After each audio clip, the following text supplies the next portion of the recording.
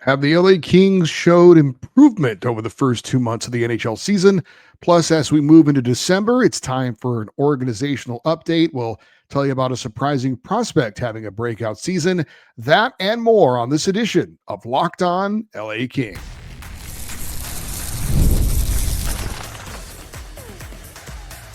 You are Locked On Kings, your daily podcast on the Los Angeles Kings, part of the Locked On Podcast Network, your team every day. Hey, Kings fans, welcome to Locked On LA Kings, part of the Locked On Podcast Network, your team every day. Thanks for making Locked On LA Kings your first listen every day. We are free and available wherever you get your podcast and on YouTube. This episode is brought to you by FanDuel. If you want to be right in the middle of the action this season, visit FanDuel.com and place your NFL live bets all season long. I'm Eddie Garcia, your host of Locked On LA Kings. I've worked in sports media for the past 30 years. Also one of the co-hosts of Locked On NHL Game Night, a nightly podcast and YouTube show that recaps the night in the NHL, and a passionate LA Kings fan for over 30 years. We're going to get into a look at the Kings over the first 2 months of the season, look at the stats, try and figure out, is this team improving at all? If not, what are the issues? But we're going to start with some news involving the LA Kings, and it is good news, as both Drew Doughty and Warren Foegele were full participants in practice on Wednesday. Both were out of those red non-contact jerseys. Foegele, it was thought, would return sometime next week. For Doughty, maybe a couple of weeks.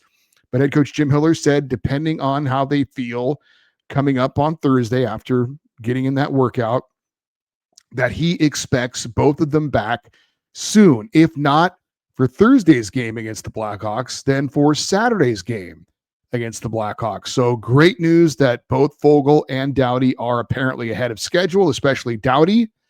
One other note as far as practice on Wednesday, forward Phillip Danault did not participate. Hiller called his absence a maintenance day, which is a fancy word for he was given a day off. Now, was this just a veteran player asking for a day off to kind of reset things? We all know that Phillip Danault is struggling this season offensively. And did he do this on his own? There are certain veteran players that from time to time can ask for a day off, and it could be for some personal reason, or it could be, again, just to kind of hit the reset button, or was maybe he told, take the day off, get your head right, and we'll see where we go come Thursday. There have been some out there that have suggested that Phillip Danault should be a healthy scratch. Another, maneuver, I guess, if you want to call it that coaches can use to try and get a player going. Just give them a night off, sit up in the press box, and kind of hit the reset. So we'll know the answer to that, obviously, when we see the lineup on Thursday.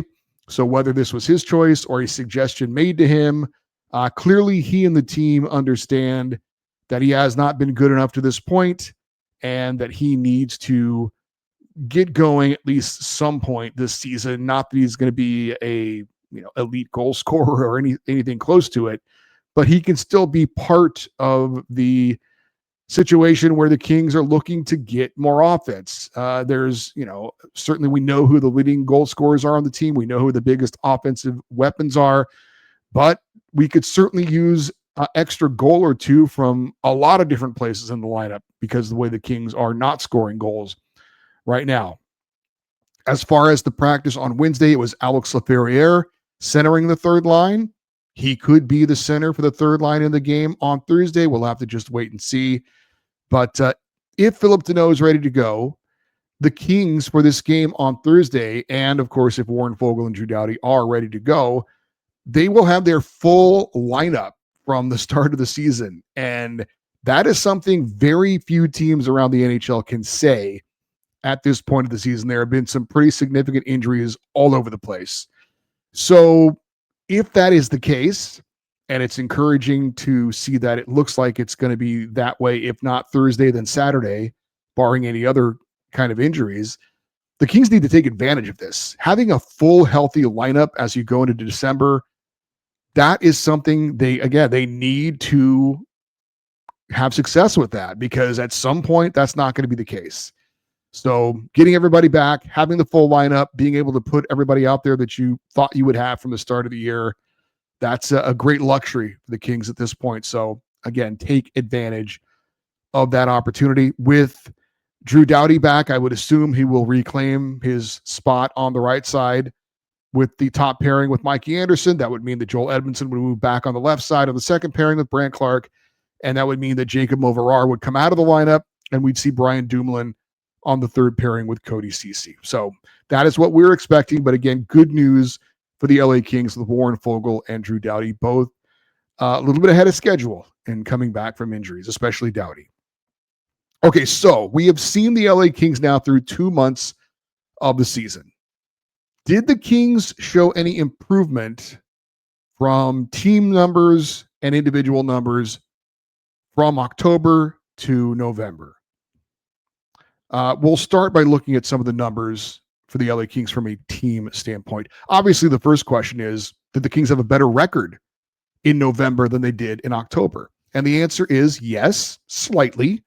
12 games for the LA Kings in the month of October. They had a record of 5-3-4. 13 games in the month of November, and they had a record of 7-3-3. So there was improvement from October to November. As far as goals scored, and keep in mind, October they played one fewer game, but it's a pretty close comparison. In October, the Kings scored a total of 36 goals in 12 games. In November, the Kings scored 37 goals in 13 games. Their average goals scored per game in October was exactly 3.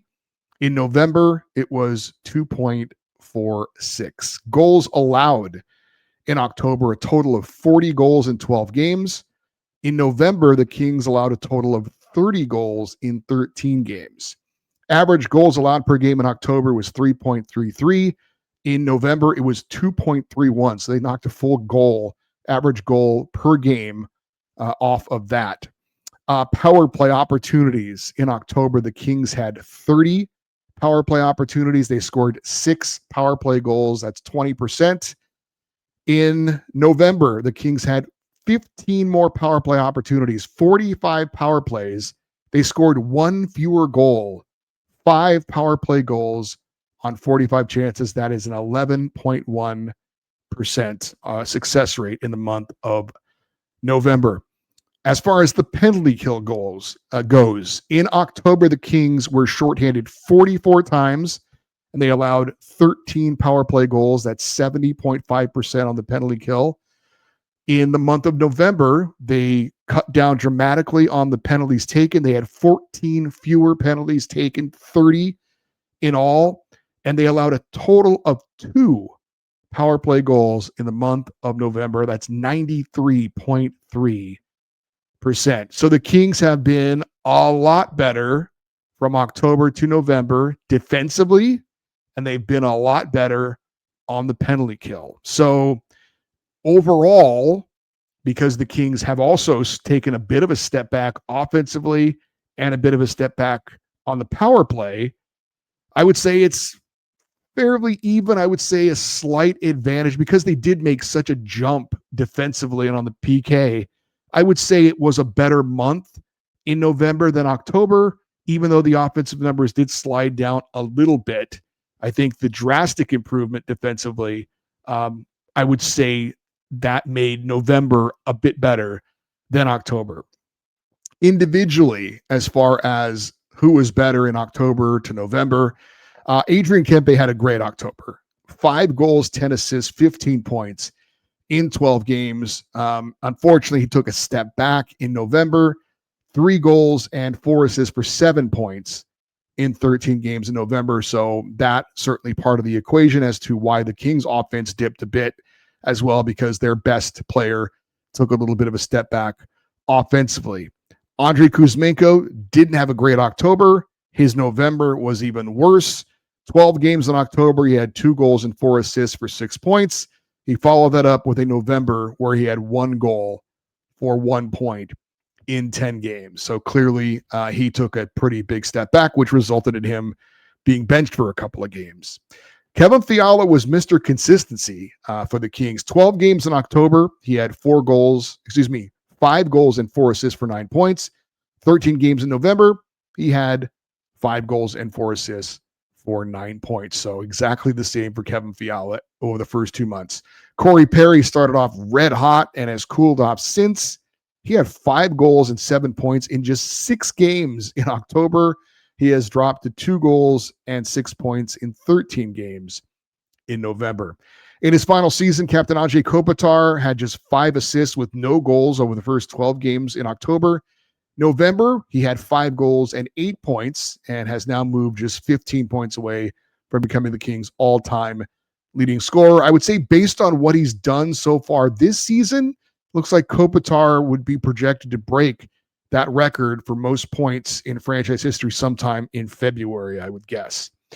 We talked about Quentin Byfield and Brandt Clarke at the beginning of the season, them taking a step forward, and we'll have to wait till the end of the year to see if they ultimately do that or not. For Quentin Byfield, he had 2 goals and 8 assists for 10 points in October. He had 2 goals and 7 assists for 9 points in November. So pretty much the same production from Q. As for Brandt Clarke, 2 goals, 5 assists, 7 points in 12 games in October. He was averaging 16 minutes and 47 seconds time on ice. November, Clarke had 1 goal and 4 assists for 5 points, but his time on ice did jump dramatically to 20 minutes and 3 seconds. So part of that was Drew Doughty being out of the lineup, but hopefully Brandt Clarke showed enough to the coaching staff that his minutes will not decrease much when Drew Doughty returns, which looks like it's going to be soon. Now, some of the Kings' secondary players got off to a slow start and they haven't really picked it up. We talked about Philip Deneau, 3 points in October. He had just 1 in November. Trevor Moore had 3 goals in October and 0 in November. Alex Turcotte, 3 points in October, just 1 in November. And again, with the Kings struggling for offense, any kind of production from any of those types of guys would help at this point because they've been pretty silent so far.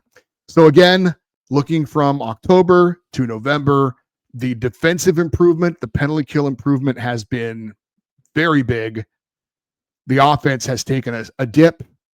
If that can pick up and the Kings can maintain what they've done defensively, then that would obviously help things tremendously. As it stands right now, if the Kings were to play similarly the rest of the way, as we've seen from October to November, I would say the LA Kings will be a playoff team. But unless they can get the power play going, unless they can find more offense, it doesn't translate into any kind of playoff success, most likely. But there's still time. All right, we are going to give you a rain report. We're going to check in on the LA Kings AHL affiliate over their last couple of games, give you a season kind of update at this point as well. We'll do that next year on Locked On LA Kings, your team every day. When I'm hydrated, everything just works better. My focus, energy, mood, even my skin. That's why I've been using DripDrop. It's doctor-developed hydration that keeps me running at full power no matter what my day looks like. DripDrop isn't your average sports drink.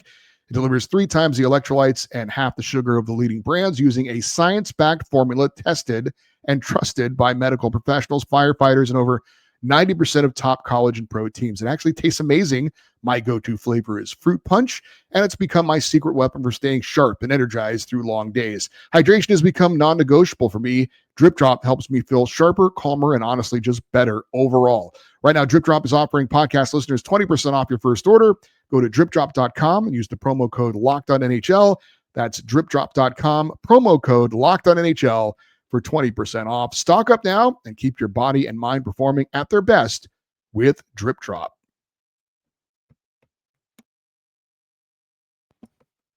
All right, we do have a rain report. We're going to check in on the Kings AHL affiliate, and we get a big assist from our Rain fan correspondent, Don, in the San Fernando Valley. I have a little bit of an assist with some notes in here as well, but as far as the game recaps, that's all Don, and we will start with last Friday, November the 28th, as the Ontario Reign were taking on the Henderson Silver Knights. That's the Las Vegas Golden Knights AHL affiliate.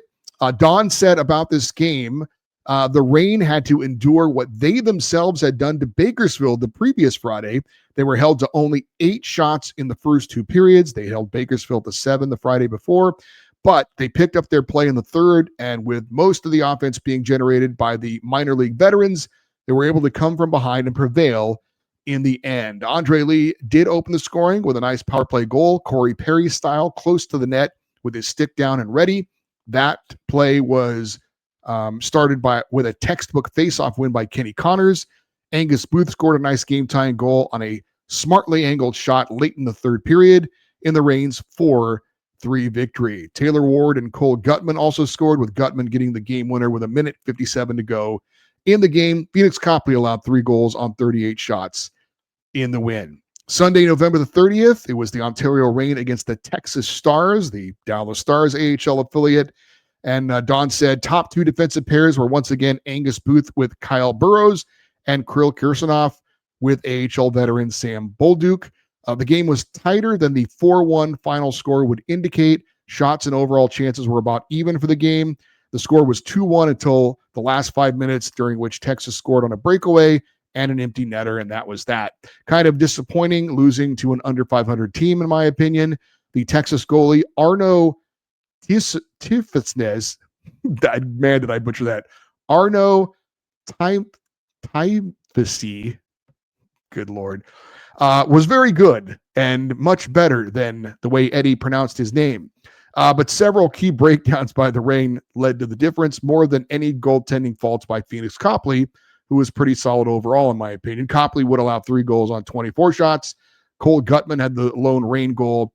By the way, this was the final game for Akil Thomas with the Ontario Reign. He did not record a point. If you're looking for revenge against Texas, the teams will meet again in Ontario on December the 9th. All right, the Ontario Reign currently on the season, 11-7-1. That's good enough for 4th place in the Pacific Division. As for this coming week, Ontario will play Saturday and Sunday, both at home, both against the Calgary Wranglers, the Calgary Flames AHL affiliate. And we are expected to see the Ontario Reign debut of newly acquired forward Nikita Alexandrov, brought over in the Akil Thomas trade from the St. Louis Blues. Looking forward to hearing what Don has to report on how he looks, who he's playing with, is he on the power play, that kind of thing. Based on points so far this season, as far as Alexandrov goes with Springfield, he will join a Reign team being tied for the team lead in points. He comes in with 14 points in the season. Andre Lee, Martin Kromiak also with 14 points, tied for the lead with the Ontario Reign. The Reign's leading goal scorer right now is Taylor Ward with 10. Phoenix Copley has a 4-6 record, a 3.48 goals against average, and an 878 save percentage. Not great numbers, to be honest with you. As for an update on injured Reign goalie, number 1 goalie Eric Portillo, there isn't one. I did a minutes-long internet search and a search on social media and came up with absolutely nothing new. So your guess is as good as mine. What we do know is that Eric Portillo re-aggravated his back injury that forced him to miss a lot of the second half of last season. And right now, there is still no timetable for his return and no update on what his condition is or when he might come back. We close out this organizational update with a look at the Kings prospects in junior, college, and hockey overseas, including a surprising player that we might need to keep a closer eye on. That's next on Locked On LA Kings, your team every day. NFL Sundays move fast. One big play and suddenly everything feels different. That's what makes live betting with FanDuel so exciting. You're not just watching the game, you're reacting to it in real time. With FanDuel, you can place bets as the action unfolds, every drive, every momentum swing, every highlighted moment. Live betting is best when the game starts to shift, a quarterback gets hot, a defense tightens up, or the momentum flips after a key turnover. FanDuel lets you jump into the moment. Live spreads and money lines adjust instantly. Player props update as a player heats up. You can bet who will score the next touchdown, what will happen on the next drive, totals, and more. It keeps you locked into every snap, every drive, every possibility. So if you want to be right in the middle of the action as the season heats up, visit FanDuel.com and place your NFL live bets all season long. FanDuel, the game moves fast, so can you. Let's give you an update on Kings prospects. We'll start in junior hockey, and a player that we haven't really talked much about is having a bit of a breakout season. And frankly, at this point, and I haven't watched these players play, this just according to the numbers, Jimmy Lombardi is having a breakout year for the Flint Firebirds. Jimmy Lombardi was a fourth-round pick of the Kings in 2025. He's 18 years old. He's in his third season in the Ontario Hockey League. So far through 25 games, he's got 18 goals and 16 assists for 34 points. His 18 goals are tied for third in the OHL, and he is ranked number 10 in total points. He's already scored 5 more goals this season than he did in 63 total games last season, and he's 9 points away from matching his season total from a year ago. He's also going to be playing next season at the University of Michigan, and the Wolverines currently ranked number 1 in all of U.S. college hockey. So Jimmy Lombardi having a big year, having a breakout season. Be looking forward to seeing how he does the rest of this season and next year at the University of Michigan. But that is a name we're going to have to keep a little bit more attention on going forward. Of course, the Kings' 2 top prospects are Liam Greentree and Carter George, and both of them, frankly, are not having their standout seasons. They're playing okay, but neither one of them are really standing out at this point. Of course, Greentree is a forward, first-round pick in 2024, 19-year-old captain of the Windsor Spitfires.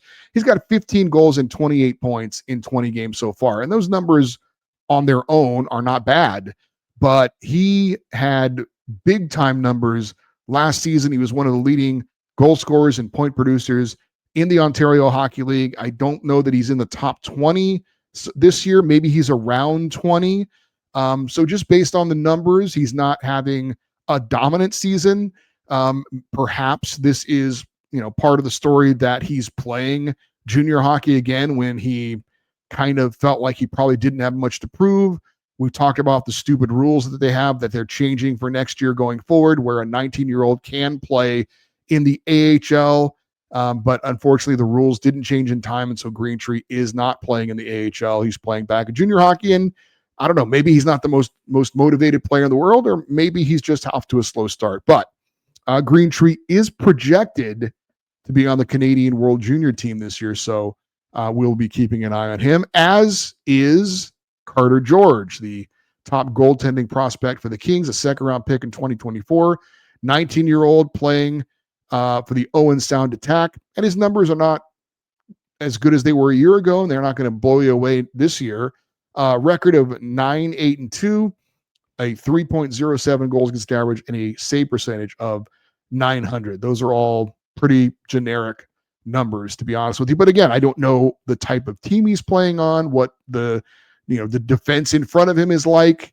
But again, for Liam Greentree and Carter George, just judging by the numbers so far, early in their seasons, not exactly impressive. Defenseman Henry Brustevich, first-round pick of the Kings in 2025, 18-year-old, has played 22 games with the London Knights. He's got 8 goals and 15 points. He's 2 goals away from his total for all of last season, but his assist numbers are still way down. He had 32 assists last year, just 7 so far this season. He has, however, been named to the preliminary roster for the United States World Junior team. Defenseman Jared Woolley, his teammate with the London Knights, 6th-round pick in 2024. The 19-year-old has played in 25 games. He's got 6 goals and 11 assists for 17 points. He's 3 goals away from matching his total from a season ago, and that was a career high last year for him. Forward Jan Hoven, 6th-round pick in 2025. The 18-year-old is in his first year in the OHL, playing for the Sudbury Wolves. In 25 games, he has 6 goals and 9 assists for 15 points. And defenseman Will Sharp, 7th-round pick in 2025. The 18-year-old is in his 4th year in the Western Hockey League. He's played in 20 games. He's got 2 goals and 9 assists for 11 points.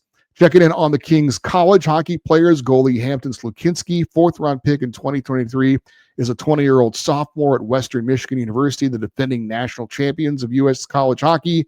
He has a 9-5 record on the season. He's won 4 in a row. He has a 2.81 goals against average and an 888 save percentage, and Western Michigan is ranked 7th in the nation. Forward Ryan Comney, 6th-round pick in 2023, 21-year-old junior in his first year at Boston College after transferring from the University of New Hampshire. BC ranked 15th in the nation. Conmee has 14 games played this year, 6 goals, 4 assists for 10 points. Let's check in on the trio of Kings prospects playing at the University of Denver. Forward James Reeder, 7th-round pick in 2024, 20-year-old sophomore right winger with Denver, who's ranked 6th in the nation right now. He's got 15 games played with 4 goals and 3 assists for 7 points. Forward Christian Epperson, 3rd-round pick in 2025, a freshman at Denver, 15 games. He's got 5 goals and 2 assists for 7 points. And forward Brendan McMurrow, a 7th-round pick of the Kings in 2025. He's a 19-year-old freshman for Denver, 12 games, 1 goal, 4 assists for 5 points. One other college player to check in on, that's defenseman Caden Harrington. He was a 4th-round pick of the Kings in 2025.